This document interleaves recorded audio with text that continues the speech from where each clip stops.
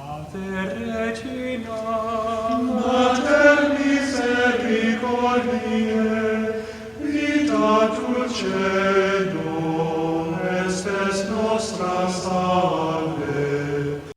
The Lord be with you. A reading from the Holy Gospel according to Luke. There was a scholar of the law who stood up to test Jesus and said, "Teacher, what must I do to inherit eternal life?"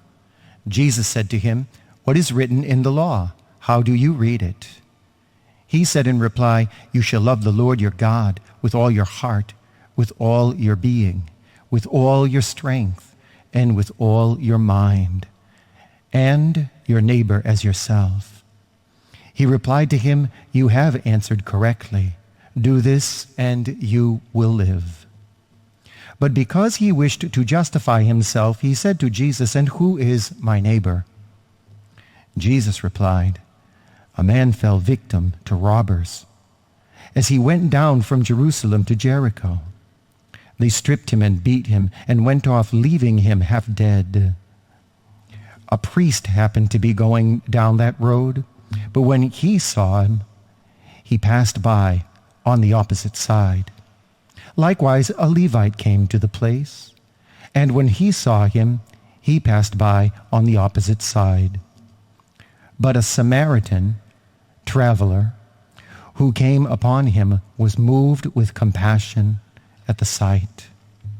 He approached the victim, poured oil and wine over his wounds, and bandaged them. Then he lifted him up on his own animal, took him to an inn, and cared for him.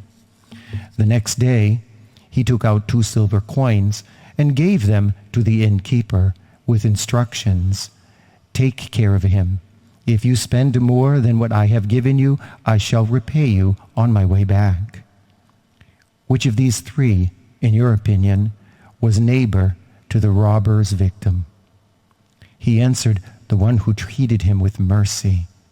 Jesus said to him, "Go and do likewise." The Gospel of the Lord.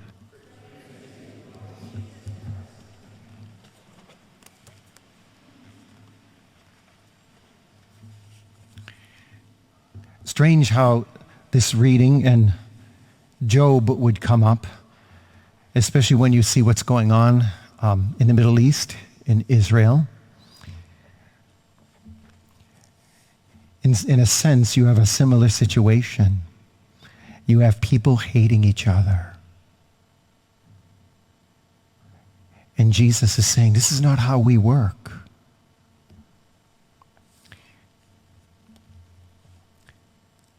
Job hated the people of Nineveh. He had no interest in doing God's errand there.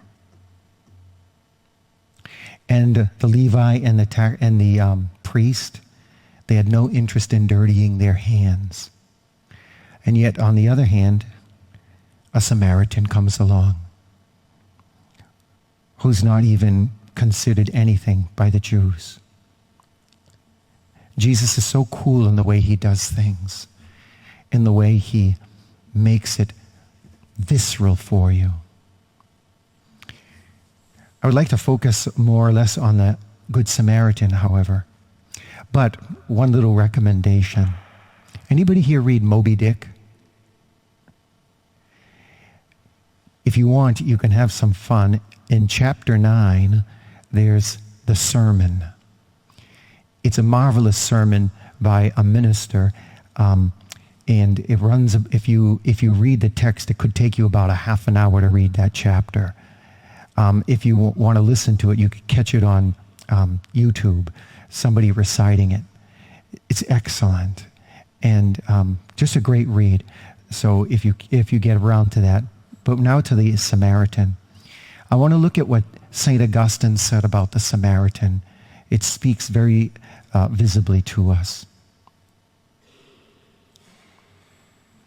The Good Samaritan symbolizes God's restoration of humanity. The man going to Jericho, He is like Adam, St. Augustine would say.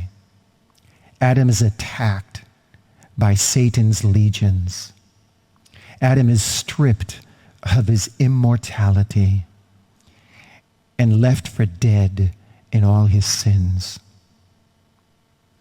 The priest and Levite represent the old covenant and its inability to restore humanity to newness of life. There is no account of mercy here. And Jesus throws this in the face of his listeners. A Samaritan touching this guy, this Jew. So Jesus is the Good Samaritan. He's the one who has no compunction about caring for those in need of his mercy. He comes to rescue humanity. He brings the beaten man to the inn, which is an image of the church. The church gives this man refreshment and healing through the sacraments. And one of my own personal insights here is these sacraments. The Eucharist, baptism, confirmation, reconciliation, marriage, holy orders, the sacrament of the sick, all these represent the gifts and the action and the personal touch that Christ gives us to animate and fortify our own souls and keep us in health and fitness in our spiritual life, to keep our souls healthy and clean. The animation of this soul makes us like Christ. And all the sacraments work toward that, making us more and more like Jesus. You're probably saying, how does marriage do that? As a married couple, you're Christ to each other. And you're a vision of what society should see as faithful love. And so the words from St. Paul echo here. It's no longer I who live, but Christ lives in me. I am Jesus. You are Jesus. He lives in you, and that's a fact and a truth by baptism. It's through the sacraments where we are Jesus. And it's through the sacraments where we love our neighbor as ourselves, as Jesus did. Regina Celi, letare, alleluia, qui aquam meruisti portare, alleluia, resurrexit sicut dixit, alleluia.